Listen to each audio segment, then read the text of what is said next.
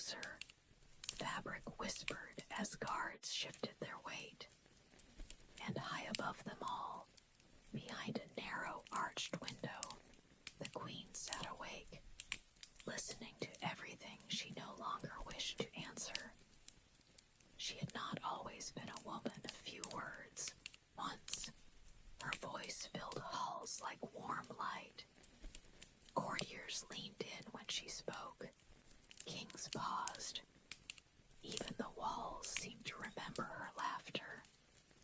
But tonight, as on many nights now, her lips remained closed, and her thoughts moved quietly, as if afraid of being overheard by fate itself.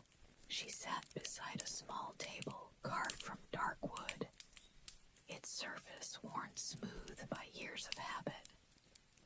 A single candle burned low, its flame steady, disciplined, obedient.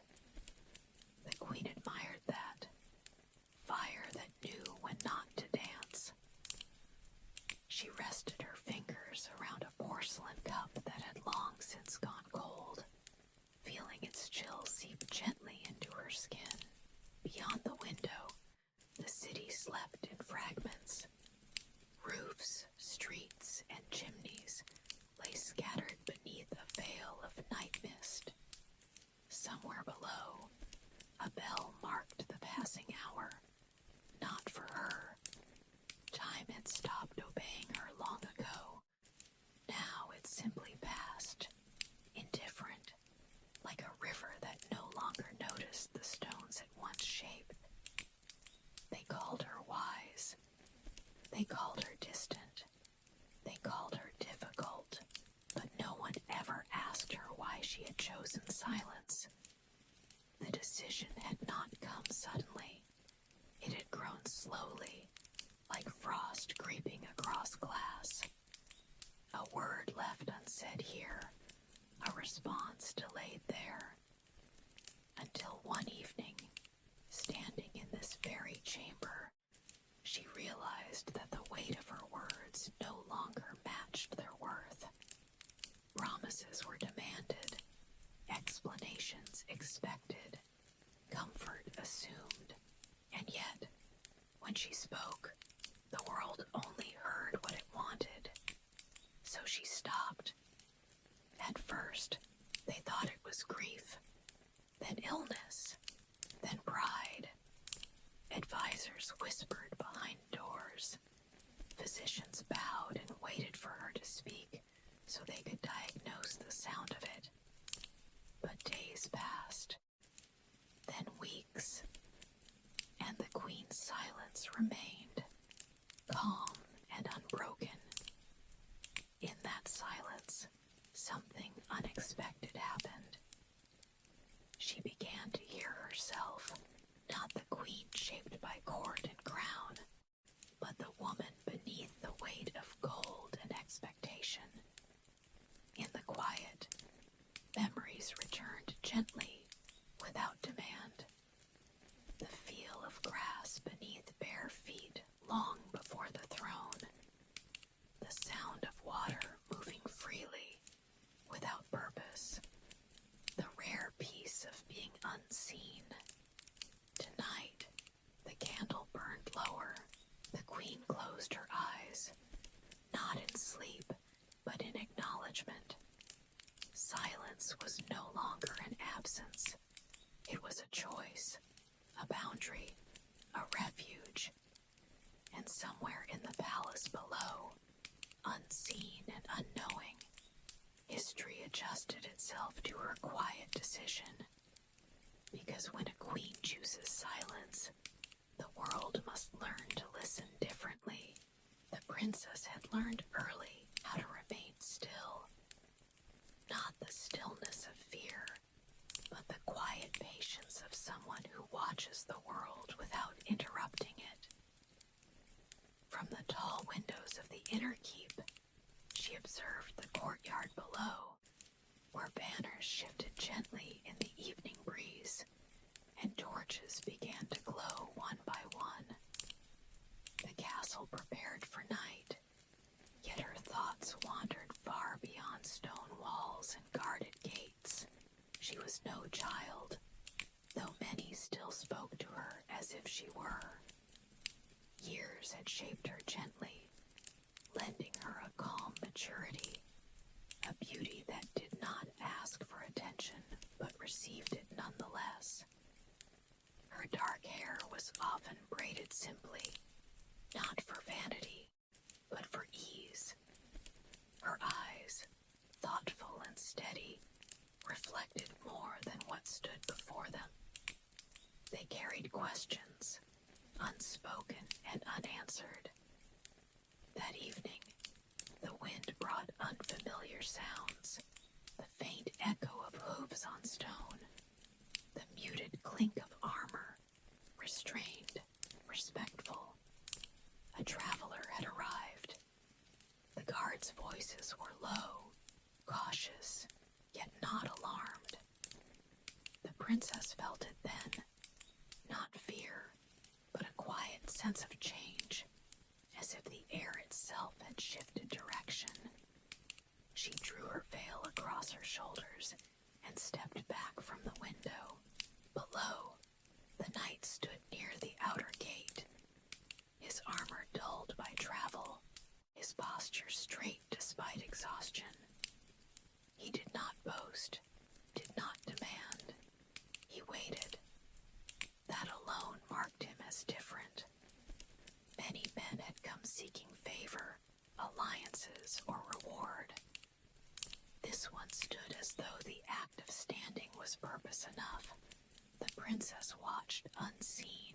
She noticed the way he removed his helm before speaking, the way his gaze remained lowered when addressing the guards. Respect, not submission. Strength without spectacle. It stirred something unfamiliar within her, a quiet recognition rather than admiration. As night settled fully, torches painted the courtyard in warm gold and deep shadow. The knight was granted shelter, nothing more. No feast, no audience. Yet as he was led away, he paused briefly and looked toward the tower windows.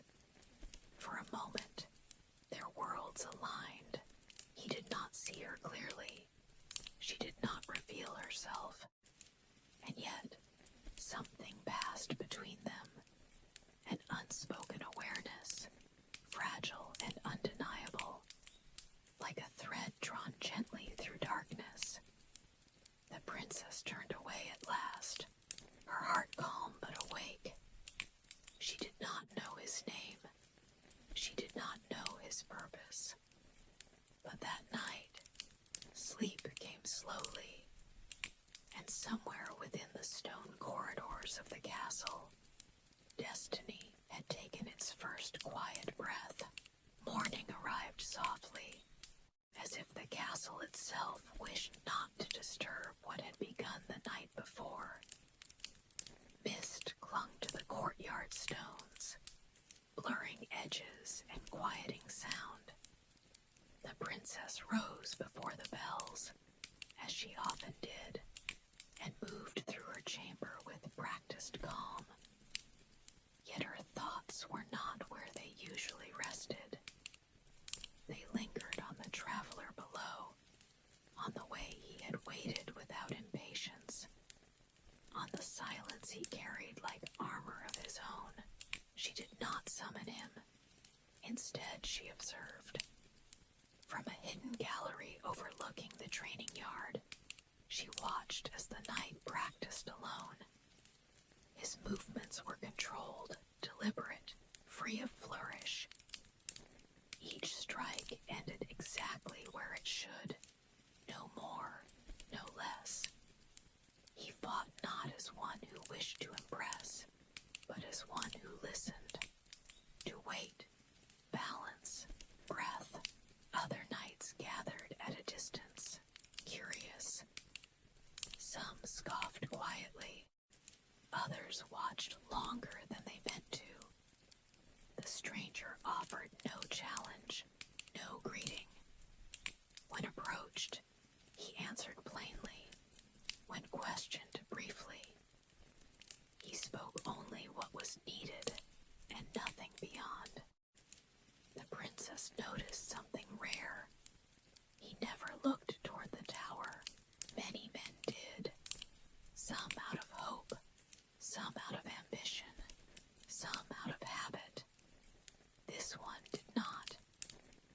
focus remained grounded, present. It unsettled her more than a bold stare ever could. Later that day, fate intervened gently. A messenger arrived from the eastern road, breathless, carrying news of unrest beyond the river. Bandits, perhaps worse. The king's council gathered quickly, voices overlapping, plans forming too fast to be wise. Guards were to be dispatched, borders reinforced. Yet uncertainty hung heavy in the chamber. It was then the knight stepped forward. He did not interrupt. He waited for silence. "I know the road," he said, voice steady. "I've walked it alone. Whatever moves there leaves signs behind. I can follow them." The room stilled. He asked for nothing. No gold, no title, no favor. He spoke as one offering help, not service. The king studied him carefully. "And if you do not return?" the king asked. The knight bowed his head slightly. "Then the road will still be safer than it was." The princess, listening from behind a lattice screen, felt something settle within her chest. A certainty. This was not a man driven by glory, nor by fear. He moved because movement was necessary. Permission was granted.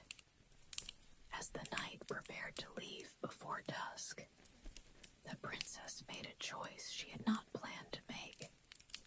She descended from the tower not as royalty, but as a woman wrapped in a simple cloak. She met him in the archway, where light met shadow.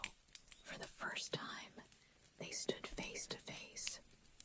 He recognized her instantly, not from sight, but from presence. He knelt, not hurriedly, not dramatically, simply because it was right. "Rise," she said softly. He did. They spoke only a few words. Names were exchanged at last. His voice was calm, hers measured. Neither asked questions that would bind the other. When he turned to leave, she did not stop him. Yet as he stepped beyond the gate, she said one thing: "Return safely." The knight paused. He did not promise, but he nodded, and the road swallowed him whole. The road accepted the knight without ceremony. It stretched eastward beneath a pale sky, quiet and unadorned, bordered by fields that had not yet chosen whether they would bloom or wither.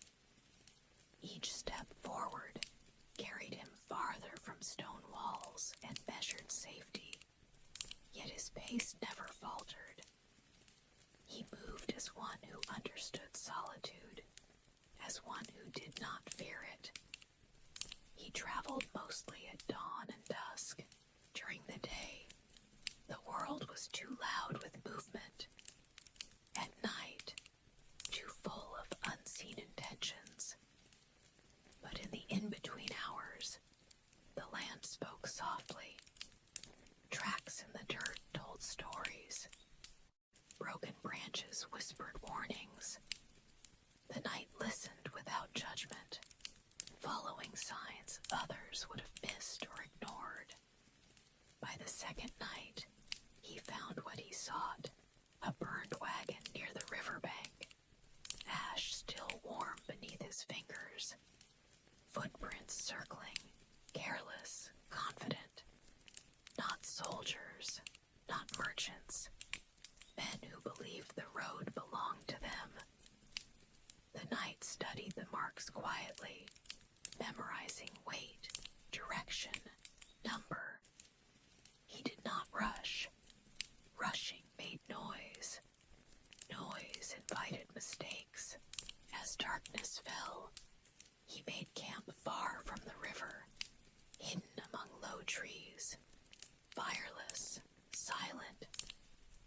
slept lightly, the kind of sleep that rests the body without dulling the mind. Dreams did not come easily, but when they did, they were strange. Fragments of stone corridors, torchlight, and a voice wishing him safe passage. Far away, the princess also lay awake. She sat by her chamber window long after the castle had surrendered to sleep. The courtyard below was empty now, shadows pooling where torches had burned hours earlier. She replayed their brief meeting again and again, not searching for meaning, but feeling its weight. It lingered like a held breath. She had spoken his name only once, yet it remained with her, outside the walls. Clouds gathered. A distant storm rolled low across the horizon, unheard within the keep, but felt all the same. The princess drew her cloak tighter around her shoulders, unsettled by a quiet certainty she could not explain. On the third morning, the night moved. He followed the bandit's trail into a narrow pass where sound folded in on itself and escape was limited. He did not draw his sword immediately. He watched. He waited.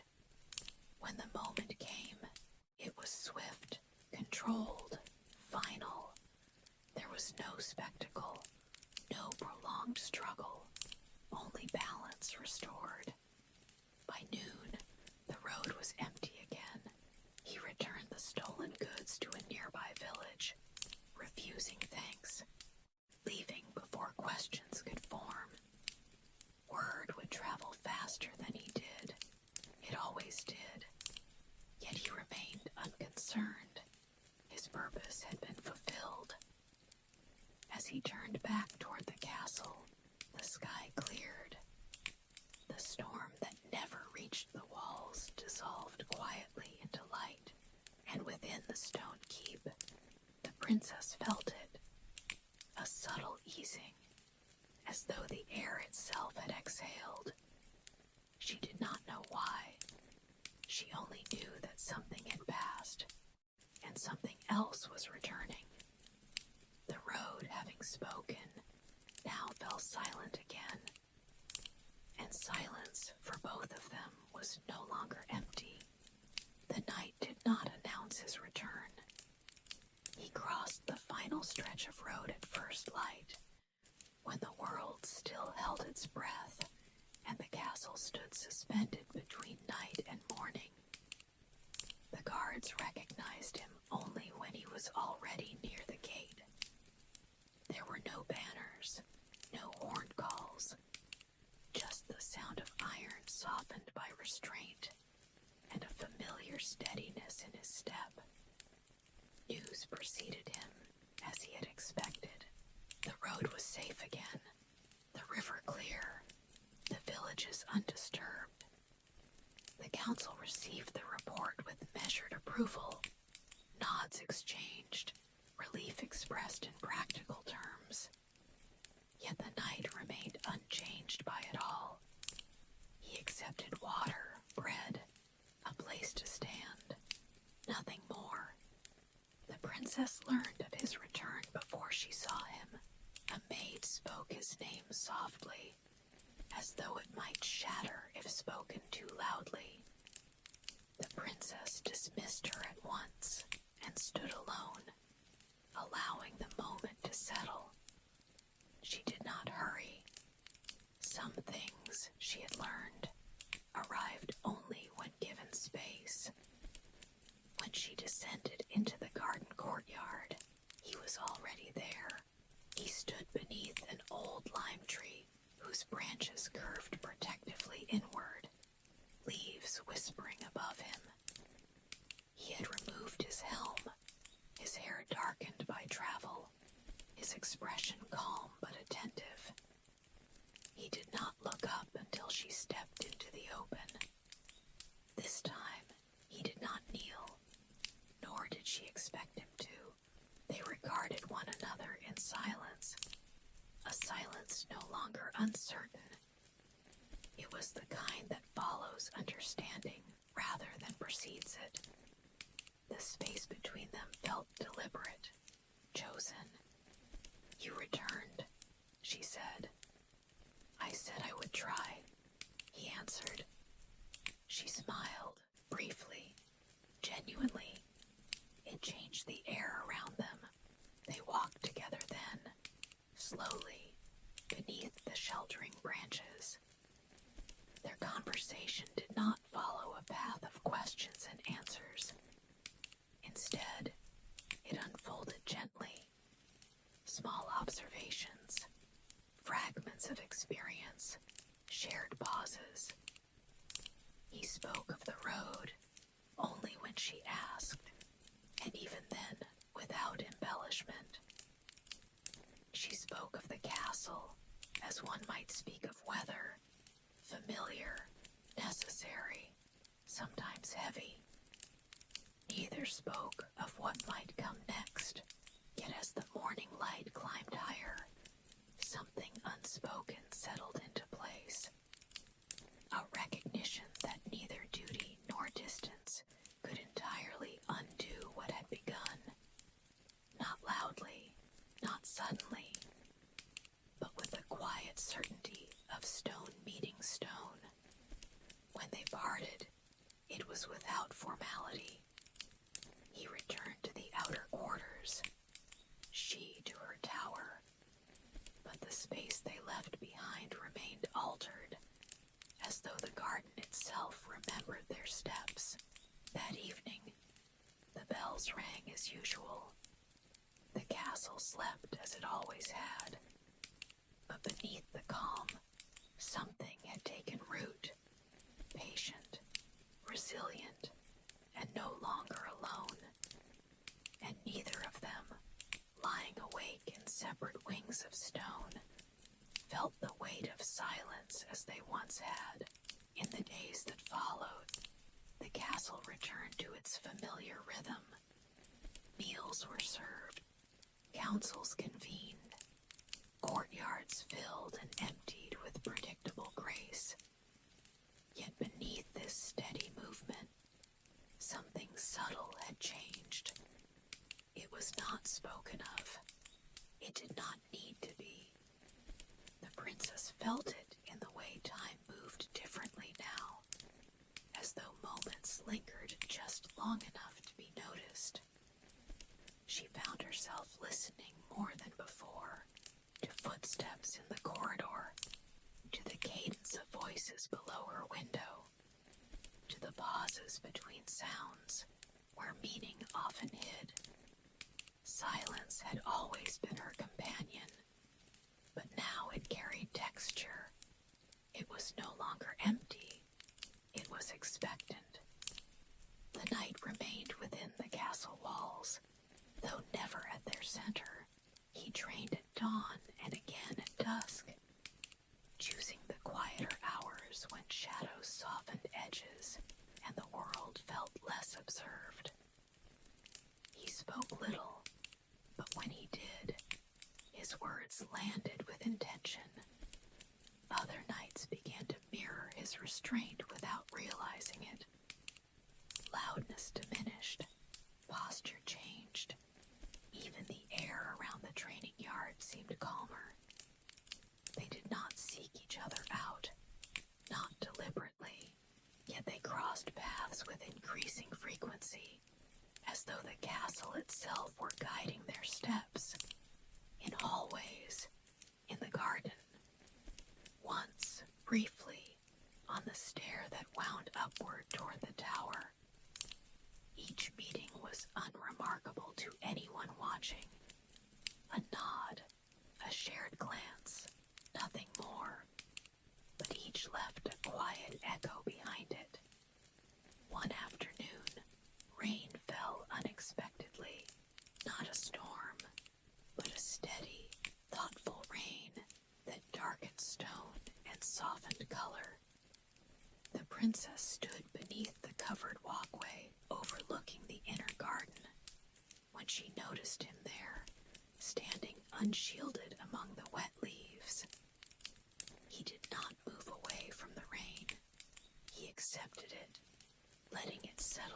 his armor and hair alike.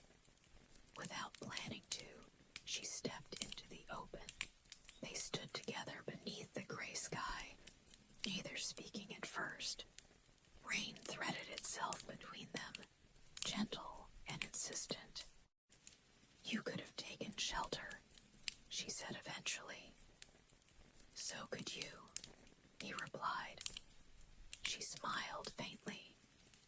They spoke then, not of duty or future, but of smaller things, of roads that change after rain, of gardens that thrive in shadow, of how some silences feel heavier than words, and others feel like rest.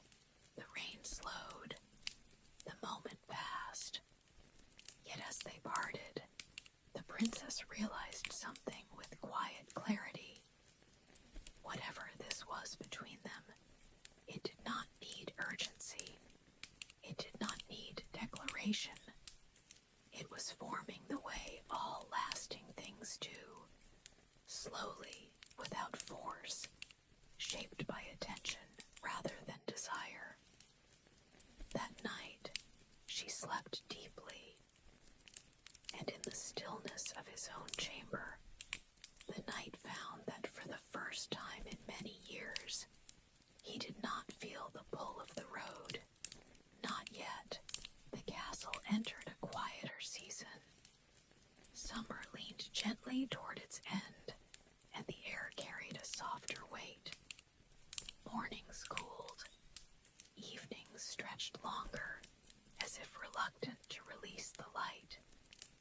The princess noticed how the days no longer felt identical. Each held a slight variation, a subtle difference in tone, like verses of the same song whispered differently each time. She had begun to choose her steps more carefully, not out of caution, but awareness.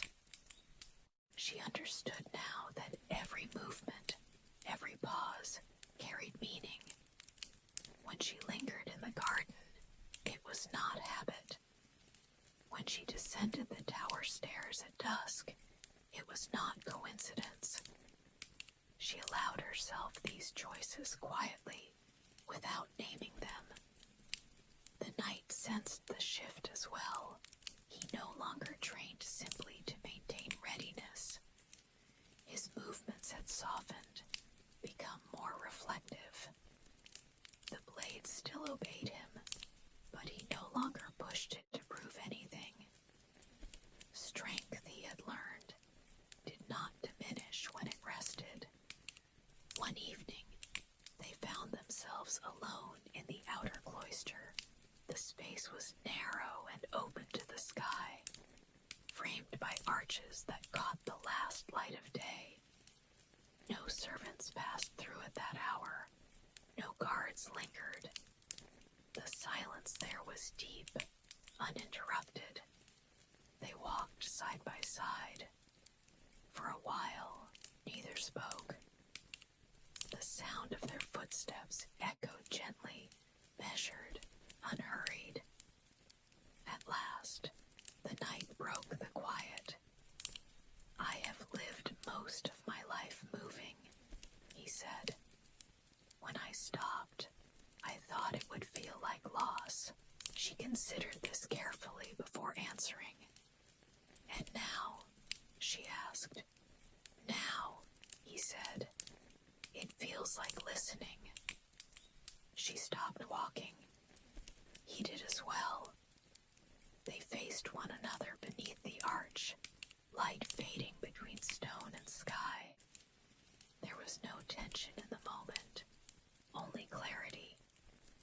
She understood then that whatever bound them was no longer forming itself. It had already formed. What remained was the courage to acknowledge it. "I was taught," she said softly, "that stillness is obedience." "And I," he replied, "was taught that motion is survival." They shared a small, knowing smile. Neither reached for the other. Neither needed to.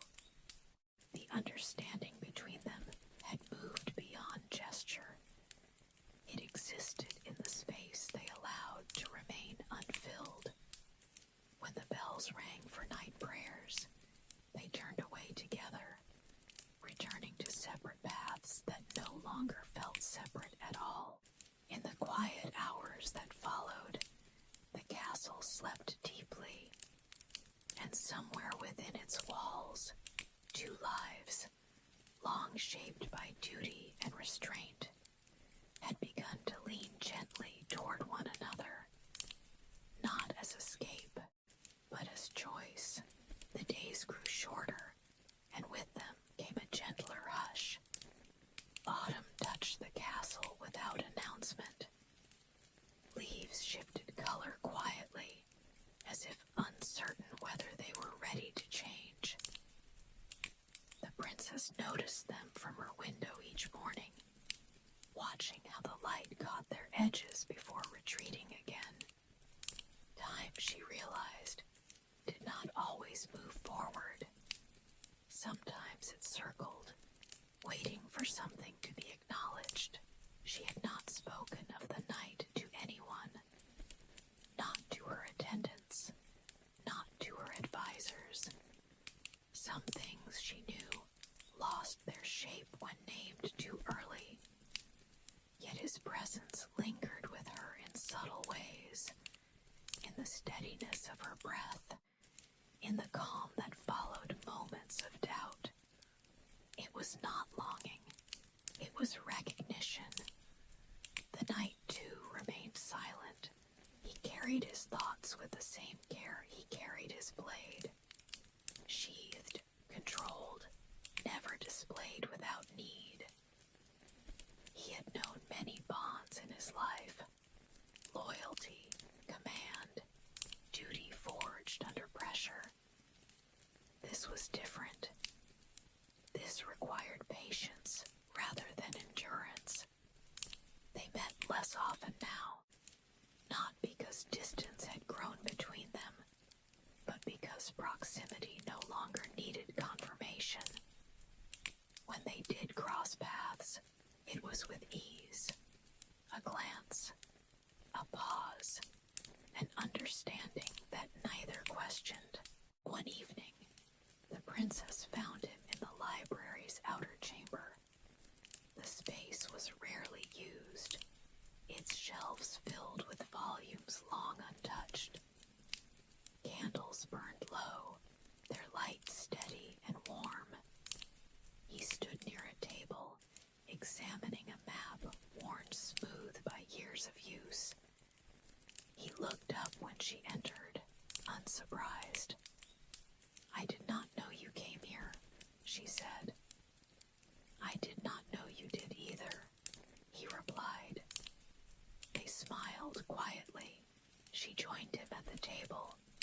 They spoke of the map, old borders, forgotten roads, places that existed now only in ink and memory.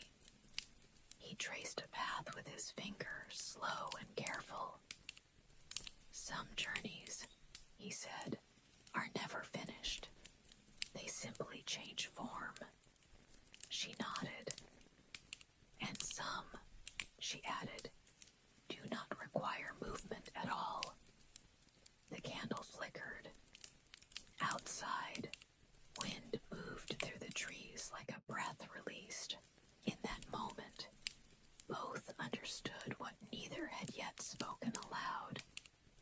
What stood between them was no longer uncertainty. It was timing, choice, the weight of futures that could no longer be ignored. When they parted that night, it was with a sense of calm acceptance. The castle settled into darkness, and in the silence that followed, what had remained unspoken did not diminish.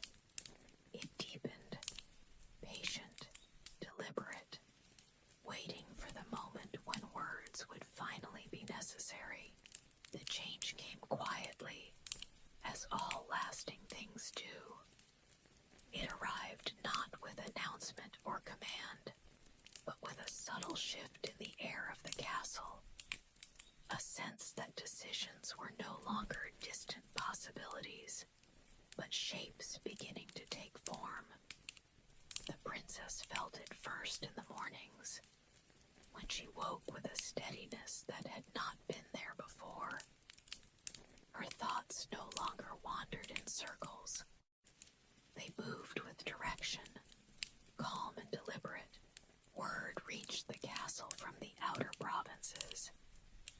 Alliances were shifting. Borders required attention. The King's Council gathered more frequently, voices layered with caution and expectation. The world beyond the walls was stirring, and with it came the familiar pressure of duty. The princess listened, as she always had, but something within her had changed. She no longer felt divided between who she was and what was expected. The distance between those truths had narrowed. The knight was summoned, not as a traveler, not as a guard, but as a man whose judgment carried weight. He stood before the council with the same composed presence he had always carried, yet now there was a quiet authority beneath it.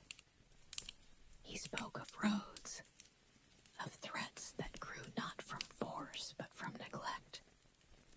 His words were measured, but they settled deeply. The princess watched from her place beside the throne. For the first time, she did not see him only as he was to her, but as he was to the world. Steady, clear, capable of holding responsibility without seeking it. The realization did not unsettle her. It affirmed something she had already known. Later, they met beneath the covered walkway where rain had once fallen.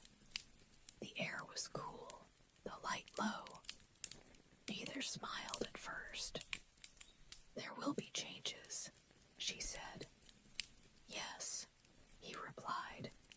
Soon, they stood facing one another, the space between them no longer uncertain. It felt intentional now, as though it existed only to be crossed when the moment was right. "I will not ask you to stay," she said softly. "I would not stay if asked," he answered.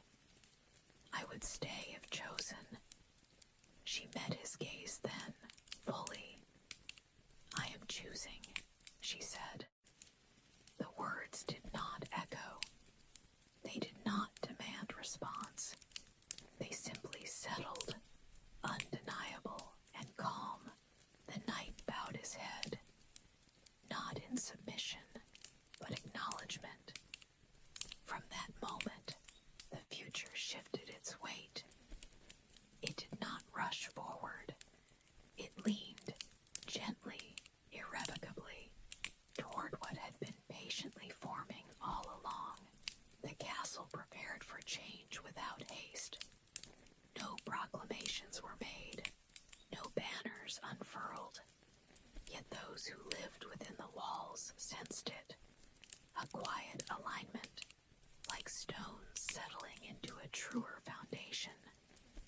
The princess moved through her days with calm resolve, her presence carrying a new gravity. Decisions no longer weighed upon her. They clarified themselves. The knight remained at her side, not as shadow nor shield, but as balance. Together, they walked the inner paths of the keep, discussing matters that once felt distant and abstract. Roads were spoken of not as escape, but as connection. Borders not as barriers, but as responsibilities. Where once each had carried duty alone, now it was shared, not divided, but strengthened. On the morning of his departure, the air was clear. The knight stood once more at the gate, armor polished, helm held beneath his arm. Beyond him, the road waited, familiar, patient. He had walked it countless times before, yet never with this understanding. Leaving no longer meant absence. It meant return. The princess joined him there. They did not stand apart as they once had. No veil separated her now. No formal distance softened the moment. unnecessary, yet welcomed. "You will come back," she said. "I always do," he replied. This time, it was not reassurance. It was truth. He turned then, stepping beyond the gate. The guards watched in silence as he disappeared into the morning light. The road accepted him once more, yet it felt different now, no longer solitary. The princess remained at the gate long after he had gone. She did not watch for his return. She did not need to. What had been forged between them did not depend on sight or proximity. It endured in choice, in patience, in the understanding that some bonds grow stronger not by clinging, but by trusting their shape. As the castle resumed its rhythm, the world beyond continued its slow turning, and somewhere along the road, footsteps moved steadily forward, not away from home, but toward it. The story did not end there. It simply rested.